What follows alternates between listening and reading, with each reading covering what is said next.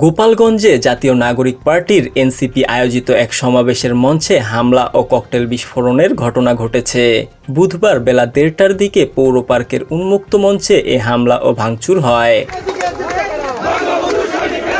প্রত্যক্ষদর্শীরা জানান, সমাবেশের প্রস্তুতি চলাকালে হঠাৎ ৫০ থেকে ৬০ জনের একটি দল দেশীয় অস্ত্রসহ মঞ্চে হামলা চালায়। হামলাকারীরা মঞ্চ ভাঙচুর করে এবং ককটেলের বিস্ফোরণ ঘটায়। এতে আতঙ্ক ছড়িয়ে পড়ে এবং মঞ্চে থাকা এনসিপির স্থানীয় নেতারা দ্রুত ঘটনাস্থল ত্যাগ করেন। ঘটনার পর কেউ আহত হয়েছেন কিনা তা নিশ্চিত হওয়া যায়নি। গোপালগঞ্জ শহরের পৌর পার্ক এলাকায় আয়োজিত সমাবেশ মঞ্চে এই হামলা চালানো হয়।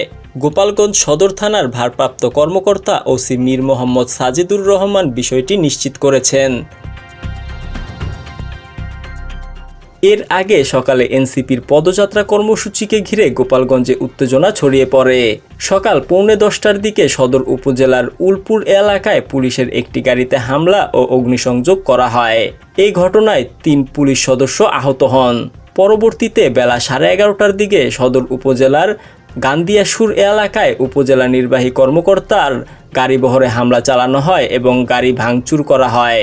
স্থানীয়দের অভিযোগ, নিষিদ্ধ ঘোষিত ছাত্রলীগ ও আওয়ামী লীগ সমর্থকরা এসব হামলার পেছনে রয়েছে।